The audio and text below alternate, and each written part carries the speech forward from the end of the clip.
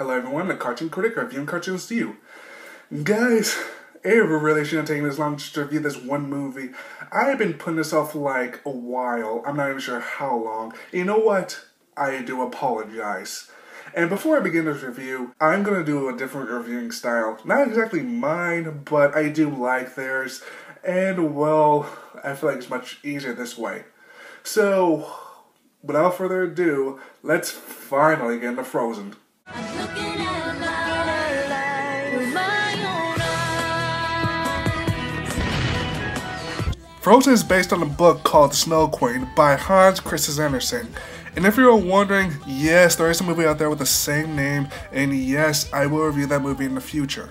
This movie went through development hell for years because people kept dropping out of the project. And Disney did try to revive the project in the late 1990s, but there were still problems going on, until a man named Chris Buck with Sony Pictures Animations helped on the movie, and the movie finally made some progress. Then the movie was made into Frozen. So in the beginning of the movie, Elsa and Anna play together until Elsa ends up knocking her out. So her parents take her to an island of trolls. One of the trolls heals Anna, and the troll tells Elsa she has a great power, and fear will be her enemy. And over the years, Elsa fears herself that she might hurt her family. Great job letting our protagonist fear herself because of her power, even though you told us fear will be her enemy. So the parents leave, and they die. Typical Disney. So 3 years have passed, it's now Coronation Day, and Elsa's now being crowned queen. Which makes me think who's been running the whole kingdom this whole time, since, you know, the king and queen are dead. Anyway, Anna meets Hans and they hit it off. Anna asks Elsa for her blessing for the marriage, and she reasonably says no. They both get into an argument, and Elsa starts being emotional and reveals her powers. So she runs away into the mountains, but unknowingly causes a great winter. So Anna goes after her, and she meets Kristoff, Sven, and Olaf on their journey. She finally reaches the Ice Palace. She tried to reconcile with Elsa, but when she told her what happened to Arendelle, she freaks out and actually hurts Anna, and she kicks them out. Elsa is captured and Anna is slowly dying, and Anna wants Hans' true love kiss, but it turns out Hans is evil and he tries to kill Elsa, but Anna saves her when she turns to ice. But Anna's love for her sister actually unthaws her. And when I say love for her sister, I mean family love. Don't write word fanfiction and draw word fan art. Please don't do that. Just don't. The internet's already a dark place as it is. We don't need more of that crap.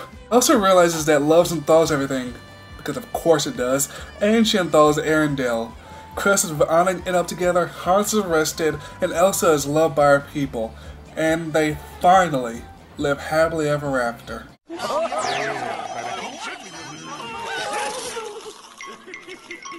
Now, let's start with the character, Olaf. Olaf is the comic relief character.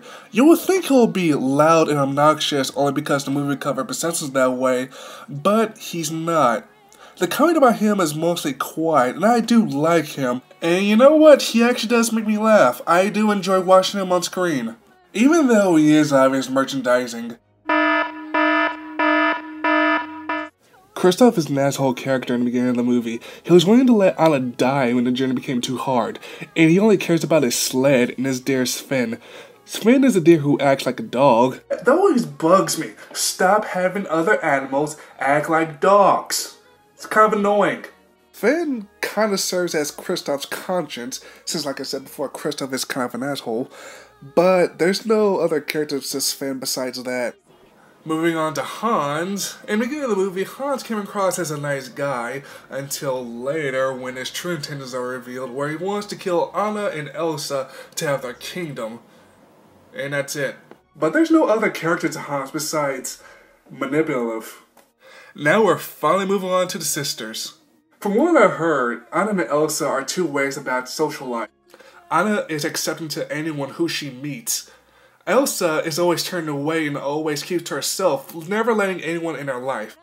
Both of these things go well together with their characters. Anna is awkward, clumsy, and outgoing.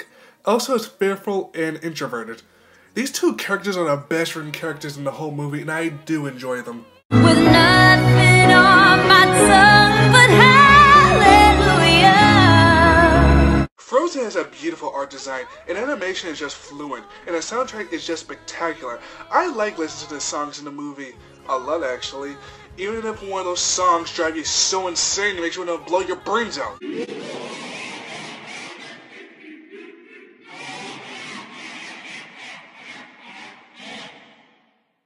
Austin does have some problems, like with Hans becoming the villain all of a sudden. Seriously, there was like no way to foreshadow this. But it feels like one of those lame twists from Shyamalan movies. Yes, I did just say that. Bite me, assholes.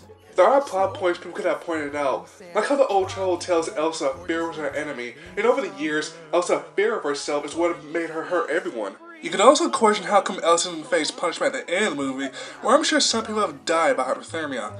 I am also sure she killed other fish, which is their livestock, so no doubt those people are gonna die when the real winter comes. One last thing I'd like to bring up, in the beginning of the movie, when the sisters were kids, how come no one brought up the memory loss thing? Seriously, no one brings it up, not the trolls or Elsa. It makes me think, why was it implemented in the story if they weren't going to do anything with it?